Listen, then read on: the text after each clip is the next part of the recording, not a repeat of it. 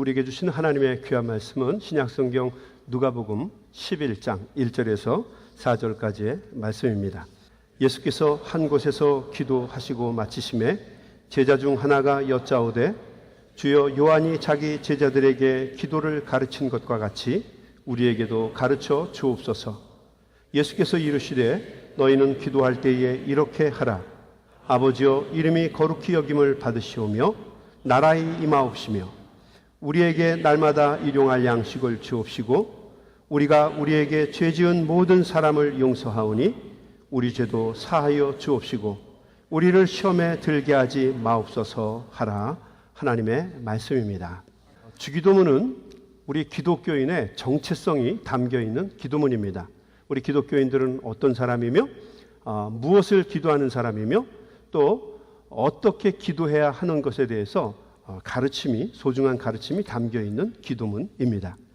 예수님께서는 하나님의 자녀들이 기도해야 할 것으로 첫 번째, 하나님의 이름이 거룩히 여김을 받도록 하기 위해서 기도해야 된다라고 말씀을 하셨어요. 그리고 두 번째는 하나님의 나라를 위해서 기도하고 또 그 나라를 위해서 살아야 한다고 우리에게 가르쳐 주셨습니다. 그리고 오늘 우리가 함께 나누고자 하는 말씀 세 번째로 일용할 양식을 구할 것에 대해서 말씀을 해주셨어요. 3절 말씀 볼까요? 짧은 구절인데 우리 같이 한번 읽어볼까요? 3절. 자, 시작. 우리에게 날마다 일용할 양식을 주옵시고. 스크린을 끄니까 조용하네요. 짧은 구절이에요. 우리에게 날마다 일용할 양식을 주옵시고. 이 일용할 양식이라고 하는 말을 한마디로 얘기하면 식량입니다. 식량. 우리말로 이야기하면 밥입니다. 밥. 여러분, 밥은 생명입니다. 먹으면 살고 굶으면 죽습니다. 사람이 죽을 때는 그것이 어떤 질병이든지 간에 죽기 전에는 반드시 곡기를 끊습니다. 아무리 치명적이고 위태위태한 질병에 걸렸다 할지라도 밥을 계속해서 먹으면 아직은 괜찮은 거예요. 죽겠다 그러면서도 계속 잡수시면 아직은 괜찮은 거예요. 그런데 호대가 멀쩡하고 별 이상이 없는 것 같아도 곡기를 끊으면 머지않아서 금방 하나님의 나라에 가게 됩니다. 먹으면 살고 굶으면 죽는다. 진리입니다. 진리. 그래서 밥은 한마디로 생명입니다. 여러분, 밥이 정말 소중하고요. 밥을 먹을 수 있다라고 하는 것이 행복하고 감사한 일입니다. 근데 사람들은 참 어리석어서 그거를 나중에 깨우치든지 아니면 너무 늦게 그 사실을 안다는 거죠. 전 세계 각국에는 교도소마다 사형수들이 있습니다. 못된 짓을 짓고 형무소에 들어온 거죠. 그들의 죄를 보면은 정말 나쁜 사람들이지만 사형 집행일이 다가오게 되면 정말 불쌍하고 보기에 안쓰러울 정도로 두려움에 사로잡혀 살아간다는 거죠. 죄는 미워하되 사람은 미워하지 말라라고 하는 것을 이 사형수들을 보면서 알게 된다는 겁니다. 그래서 사형 집행일이 있기 마지막 전날에는 사형수들에게 그들이 평소에 먹고 싶었던 것 마음껏 먹을 수 있도록 음식을 사식으로 넣어준다고 합니다. 스테이크를 먹고 싶다 그러면 스테이크를 멋지게 사다가 주고요. 또 갈비를 먹고 싶습니다 그러면 갈비를 해다 준다는 거예요. 피자를 먹고 싶다, 또 치킨을 먹고 싶다, 레드 랍스터를 먹고 싶다 그러면 해달라는 대로 다 갖다 준다는 거예요. 이걸 우리가 뭐라고 얘기하냐면 last meal, 마지막 식사라고 하는 거죠. 마지막 식사를 먹는 그 사형수들의 모습을 여러분 한번 생각해 보세요. 처음에는 오랜만에 먹는 사회 음식이니까 허겁지겁 음식을 먹는다는 거예요. 눈을 감고 음미하면서 맛있어 이러면서 처음에는 아주 맛있게 먹는다는 거예요. 그러다가 대부분은 나중에 굵은 눈물을 떨군다고 합니다. 왜 내가 예전에는 이렇게 음식이 소중하고 맛있다라고 하는 사실을 몰랐을까? 마음껏 음식을 먹을 수 있다라고 하는 게 이게 얼마나 행복하고 감사한 일인가라고 하는 걸 왜 내가 예전에는 몰랐을까? 사회에 있을 때 이 죄를 짓기 전에 이렇게 작은 것이라도 매일 음식을 먹을 수 있다고 한다면 이게 얼마나 하나님이 주신 은총이고 이것 때문에라도 내가 행복하게 살 수 있었을 텐데 왜 내가 그것을 몰랐을까? 뒤늦은 후회를 하게 된다는 것입니다. 너무 편안하게, 너무 쉽게 밥을 먹다 보니 사람들이 밥이 얼마나 소중하고 귀한지를 모르게 됩니다. 다시 말하지만 밥은 생명입니다. 밥을 먹으면 힘이 나고 밥을 먹으면 살맛이 납니다. 밥 얘기하니까 갑자기 또 배가 고프네요. 이 밥이라고 하는 게 정말 대단해요. 어떤 사람은 이렇게 얘기합니다. 야, 사람이 살기 위해서 먹어야지 먹기 위해서 사는 게 사람이냐? 사람이더라고요. 살기 위해서 먹는 것도 뭐 옛날에 게 대단하게 들렸는데요. 살아보니까 그 별거 아니더라고요. 어쩌면 먹기 위해서 사는 사람들도 더 많을지 몰라요. 아침 먹고 나면은 점심은 뭘 먹을지 기대 속에 살아갑니다. 다 흐뭇해 하시네요. 저녁엔 뭘 먹을까? 이 먹는 게 그만큼 중요하다는 거죠. 요즘에는 뭐 식도락가, 뭐 미식가 이런 사람들도 있잖아요. 먹기 위해서 살아가는 사람들도 많이 있다는 거죠. 그러니까 먹는 게 그만큼 소중하고 너무너무 귀하다는 거죠. 그래서 밥은 정말 소중합니다. 진정한 사랑은 무엇인가? 그 밥을 나누는 것입니다. 살기 위해서 반드시 먹어야 할 그 생명밥을 나 혼자 먹지 않고 내 주변에 있는 이웃들과 함께 그 생명밥을 나누는 것만큼 소중하고 귀한 것이 없습니다. 생명인 밥을 나누는 것입니다. 그래서 오늘 우리 주님께서는 우리에게 이 귀한 말씀을 해주셨어요. 우리에게 날마다 일용할 양식을 주옵소서. 한 줄밖에는 안 되는 짧은 구절이지만 이 말씀을 깊이 생각해 보면 아주 긴 시간 동안 우리에게 묵상을 가능하게 하고 또 많은 생각과 도전을 주는 짧은 구절의 말씀입니다.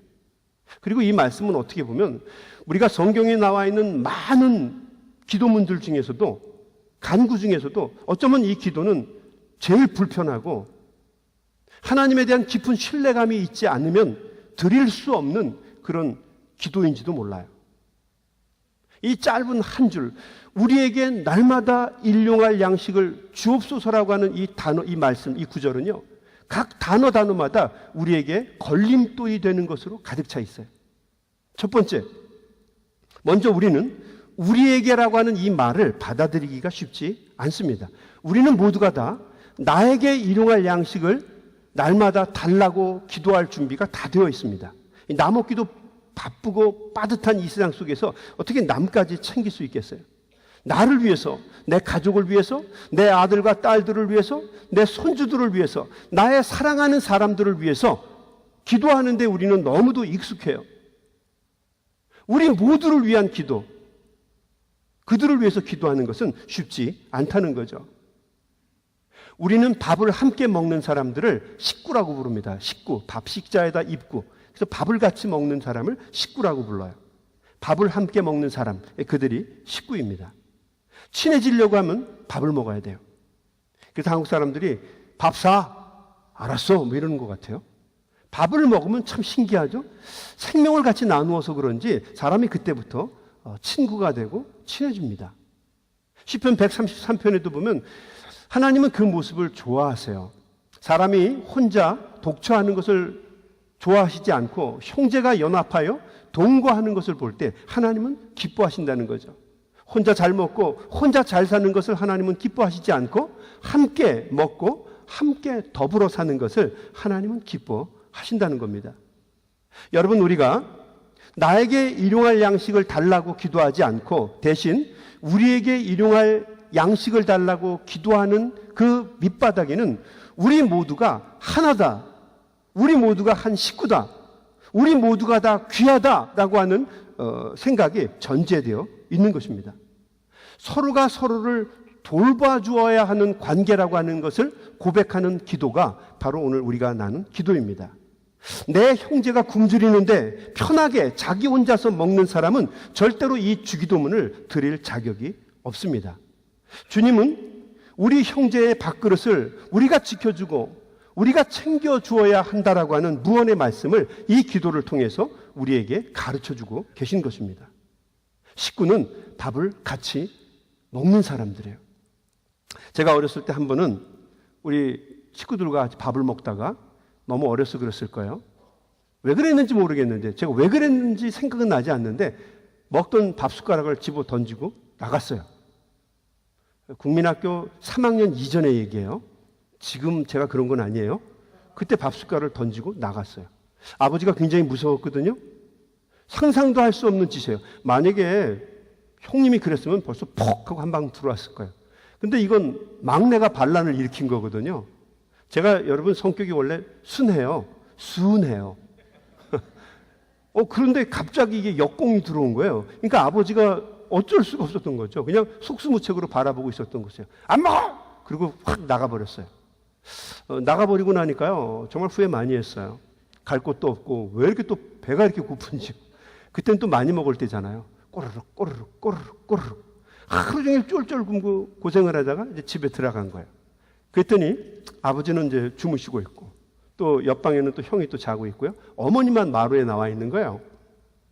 그래서 또 미안하다는 말도 또 자존심이 있으니까 못하고 조그만 게 말이에요. 가만히 들어가니까 어머니도 그걸 아는 거예요. 그러니까 이리 와. 그리고 마루에 앉혀놓고요. 방에 들어가서 밥상을 다시 가지고 나온 거예요. 치지도 않은 거예요. 그리고 팔이 앉지 못하도록 올려놓은 그 뚜껑 있죠. 그걸 탁 치고는 먹어. 그래서 그걸 이렇게 맛있게 먹었어요. 시장이 반찬이라는 말이 이게 맞더라고요. 쫄쫄 굶었더니 이게요. 그냥 얼마나 맛있는지 몰라요. 싹싹 긁어 먹었어요. 근데 그리고 나서 알았어요. 그날 식사를 한 사람은 저밖에 없었어요.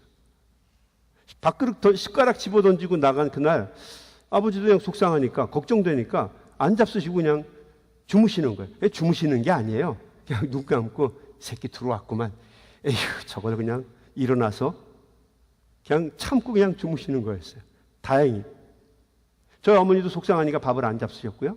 이 형놈만 대충대충 걷어먹고 눈치 보이니까 안 먹고 들어가 있는 거예요. 저는 그날 알았어요. 내가 이렇게 하면 식구들이 밥을 못 먹는구나. 그래서 저는 그날 이후로 다시는 숟가락을 집어던지지 않았어요. 왜냐하면 내가 그렇게 하면 다른 가족들이, 식구들이 밥을 못 먹기 때문이죠. 식구는 누구인가? 같이 밥을 나누는 사람들입니다.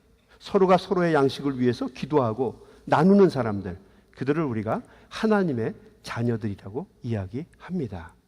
두 번째, 이 말씀을 우리가 받아들이기 어려운 것 중에 하나가 이 날마다라고 하는 단어도 그렇습니다.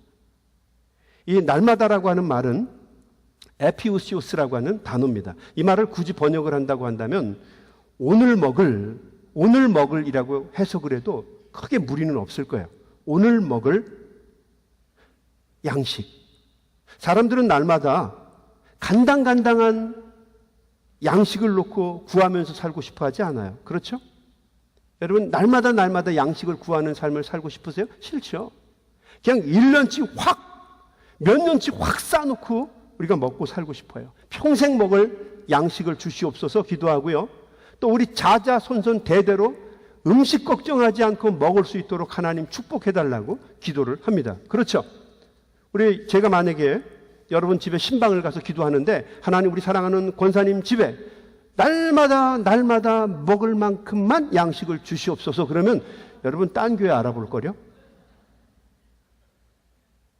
자자손손 복을 받게 해주시고 우리 자녀들도 잘 먹고 잘 살게 해주시고 저들이 품은 꿈이 5대양 6대주로 뻗어가면서 잘 먹게 해주시고 그러면 다 좋아요. 벌을 받아도 양복으로 12벌을 받게 해주시고 배락을 맞아도 돈배락을 맞게 해주시옵소서 그러면 다 아멘 그렇게 할 거예요. 사람들이. 우리 마음엔 그런 마음들이 다 있어요.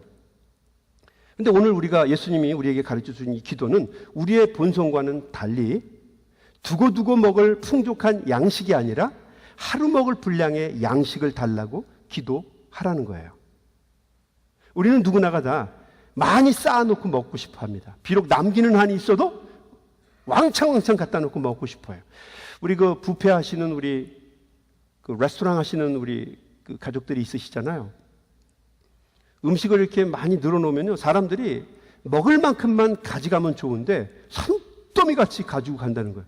그거 다 먹을 사람들이 아니거든요. 아니나 다를까 몇 개 뜯어먹고 버리는 거예요. 여러분 주인의 입장에서 볼 때는요. 가서 한번 때려주고 싶어요. 먹지도 못할 거 왜 욕심을 내서 갖다 놓나. 그래도 사람들은 비록 버리는 한이 있어도 왕창 갖다 놓고 먹고 싶은 게 우리들의 마음이에요. 근데 오늘 주님께서 날마다라고 하는 이 말을 주신 이 배경에는 내일을 주님께 맡긴다라고 하는 하나님에 대한 깊은 신뢰와 의지가 담겨 있어야만 이 기도를 드릴 수가 있어요. 하나님이 내 인생의 주도권을 쥐고 계시고 오늘 나에게 이 양식을 주신 것처럼 내일도 거기에 해당하는 똑같은 양식을 주실 것이라고 하는 깊은 믿음과 하나님에 대한 신뢰가 있을 때만 이 주기도문을 드릴 수가 있다는 거죠.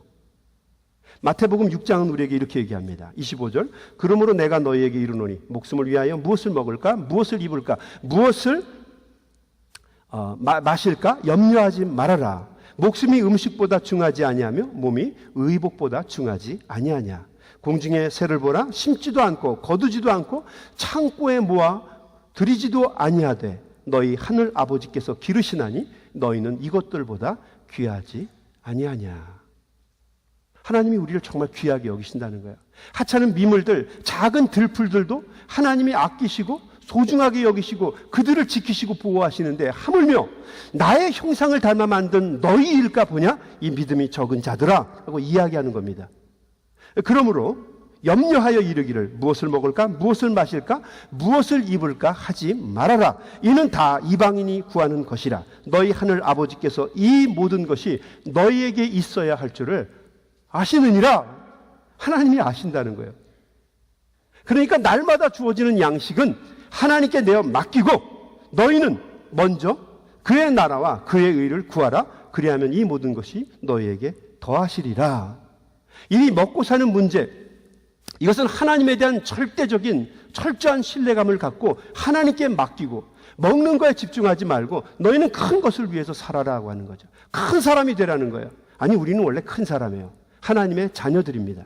그러니까 하나님의 나라를 위해서, 하나님의 그 나라의 의를 위해서 당당하고 크게 살라고 하는 거죠. 작은 것은 하나님에 대한 맡기라는 것입니다. 그러니까 이 날마다라고 하는 이 배경 속에는 하나님에 대한 깊은 신뢰와 믿음이 전제되어 있는 이야기입니다. 하나님에 대한 믿음이 있는 사람들만 이 주기도문을 드릴 수 있다라고 하는 이야기입니다. 하나님을 신뢰할 때만 이 기도문을 드릴 수 있어요. 우리 예전에 섬기던 교회에서 부부교실이라고 하는 것을 한 적이 있었어요.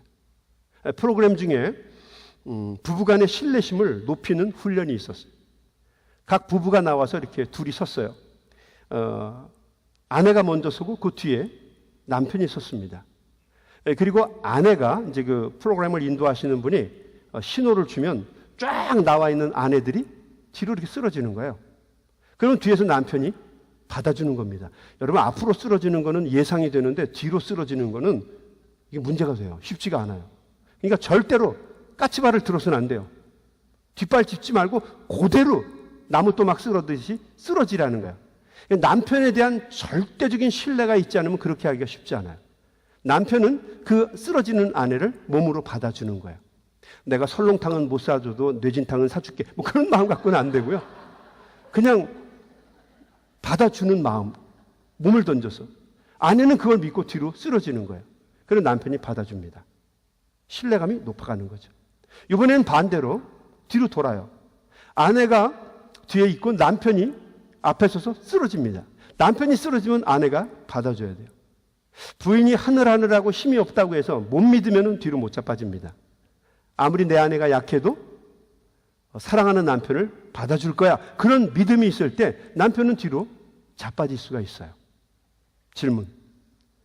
남편이 아내들을 신뢰하는 신뢰도가 높을까요? 아내가 남편을 신뢰하는 게 더 높을까요? 전자예요? 후자예요? 전자예요? 후자예요? 예배 끝나고 나가시다가 한번 해보시기 바랍니다. 구약 성경에도 마찬가지예요. 출애굽을 나온 이스라엘 백성들이 먹을 것이 없어서 고생하고 힘들어합니다. 그러니까 하나님께서 하늘의 문을 여시고 그 떠돌아다니는 이스라엘 불쌍한 백성들에게 만나를 내려서 먹여 주십니다. 하나님께서는 모세를 시켜서 이스라엘 백성들이 이른 아침에 광야에 나가면 수북하게 쌓인 만나를 보게 하셨어요. 신비한 음식 만나. 근데 그거를 한 오멜만 갖고 오게 했어요. 이 오멜은 측량 단위입니다. 쉽게 얘기하면 한 밥그릇에 해당되는 거예요. 한 밥그릇만 퍼오라는 거죠. 한 사람이 한 밥그릇, 한 오멜에 해당되는 분량만 가지고 와서 먹어라. 남기지도 말고 더하지도 말고 줄이지도 말고 딱 한 밥그릇만 갖다가 먹어라 라고 얘기를 했어요. 그러니까 날마다 그 양식을 딱 정확하게 정해서 주신 거예요. 내일도 하나님이 주실 것을 믿는 사람만이 그 한 밥그릇만 퍼와요. 내일은 안 나올지도 몰라. 하나님이 안 주실지도 몰라. 이런 사람은 항상 여유분을 챙기게 되어 있어요. 자, 여러분들은 한 밥그릇만 갖고 올까요? 아니면 한 밥그릇을 여유분으로 꽁쳐서 어딘가 숨기고 오시나요? 크게 말해보세요. 오늘 분량만 갖고 와요?